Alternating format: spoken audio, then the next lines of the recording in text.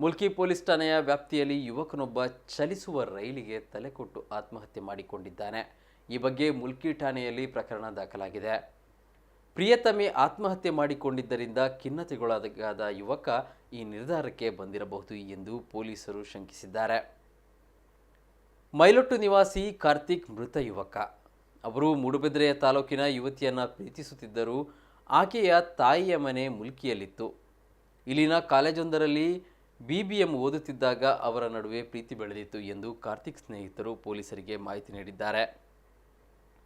ಮನೆಯಲ್ಲಿ ಇಬ್ಬರ ಪ್ರೀತಿಯ ವಿಷಯ ತಿಳಿದ ಬಳಿಕ ಯುವತಿಯನ್ನ ಆಕೆಯ ಮನೆಯವರು ಕಾಲೇಜು ಬಿಡಿಸಿ ಮೂಡುಬಿದಿರೆಯ ಮನೆಯಲ್ಲಿ ಉಳಿಸಿಕೊಂಡಿದ್ದರು. ಆ ಯುವತಿ ಶುಕ್ರವಾರ ಆತ್ಮಹತ್ಯೆ ಮಾಡಿಕೊಂಡಿದ್ದರು. ಬೆಂಗಳೂರಿನಲ್ಲಿ ಉದ್ಯೋಗದಲ್ಲಿದ್ದ ಕಾರ್ತಿಕ್ ಆಕೆಯ ಅಂತಿಮ ಸಂಸ್ಕಾರಕ್ಕಾಗಿ ಭಾಗವಹಿಸಲು ಶನಿವಾರ ಮೂಡುಬಿದಿರೆಗೆ ತೆರಳಿದ್ದರು. ಆಕೆಯ ಮೃತದೇಹವನ್ನು ವೀಕ್ಷಿಸಲು ಮನೆಯವರು ಅವಕಾಶ ನೀಡಿರಲಿಲ್ಲ. ಇದರಿಂದ ಯುವಕ ಬೇಸರಗೊಂಡಿದ್ದ ಎಂದು ಆತನ ನಿಕಟವರ್ತಿಗಳು ಮಾಹಿತಿ ನೀಡಿದ್ದಾರೆ.